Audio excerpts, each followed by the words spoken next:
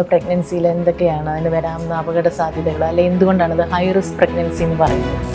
കൂടുന്തോറും നമുക്കറിയാം നമുക്ക് അസുഖങ്ങൾ വരാം. ഇപ്പോൾ നമുക്ക് ഷുഗർ വരാം, നമുക്ക് BP വരാം, നമുക്ക് അസ്വസ്ഥതകൾ, അതായത് നടുവേദന, അങ്ങനെയുള്ള മെക്കാനിക്കലായിട്ടുള്ള അസുഖങ്ങളൊക്കെ കൂടുതലായിട്ട് വരാനുള്ള സാധ്യതയുണ്ട്.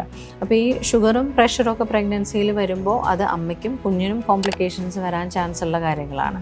അപ്പോൾ അതുകൊണ്ട് തന്നെ ഇതിനൊരു ഹൈ റിസ്ക് പ്രഗ്നൻസി ആയിട്ടാണ് നമ്മൾ മാനേജ് ചെയ്യുക. അപ്പോൾ വളരെ ക്ലോസ് ആയിട്ടുള്ള പ്രഗ്നൻസി ഫോളോ അപ്പും കൂടുതൽ സ്കാനുകളും അങ്ങനെയെല്ലാം വളരെ ക്ലോസ് ആയിട്ട് ഒരു ടെർഷ്യറി കെയർ സെൻറ്ററിൽ ഫോളോ അപ്പ് ചെയ്യുന്നതാണ് നല്ലതെന്ന് പറയാം.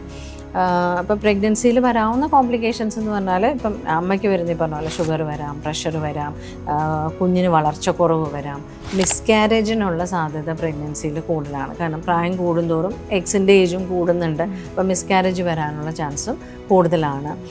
പിന്നെ നേരത്തെ പെയിൻ വരിക, അങ്ങനെയുള്ള ഇഷ്യൂസൊക്കെ വരാൻ ചാൻസ് കൂടുതലുള്ളതാണ്. അപ്പോൾ അതുകൊണ്ട് തന്നെ വളരെ ക്ലോസ് ഫോളോ അപ്പ് വേണ്ടി വരും. കുഞ്ഞിൻ്റെ ഇത് എടുക്കുവാണെങ്കിൽ കുഞ്ഞിന് വൈകല്യങ്ങൾ വരാനും ജനറ്റിക് ആയിട്ടായാലും അല്ലാതെ സ്ട്രക്ചറൽ പ്രോബ്ലംസ് വരാനുള്ള ചാൻസ്, കുഞ്ഞിന് വളർച്ചക്കുറവ് വരാനുള്ള ചാൻസ്, നേരത്തെ ഡെലിവറി ചെയ്യുന്നതിൻ്റെ ബുദ്ധിമുട്ടുകൾ വരാനുള്ള ചാൻസ്, ഇതെല്ലാം കുഞ്ഞിൻ്റെ സൈഡിൽ നിന്നും വരാവുന്ന കാര്യങ്ങളാണ്.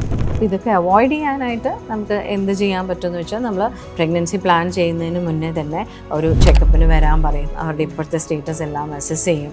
അവർക്ക് എന്തൊക്കെ വരാൻ, നമുക്ക് പ്രഗ്നൻസിയിൽ എന്തൊക്കെ നമ്മൾ ആൻറ്റിസിപ്പേറ്റ് ചെയ്യണം എന്ന് മനസ്സിലാക്കി അതിനുള്ള പ്രിവെൻറ്റീവ് മെഷേഴ്സ് എല്ലാം സ്റ്റാർട്ട് ചെയ്യുക.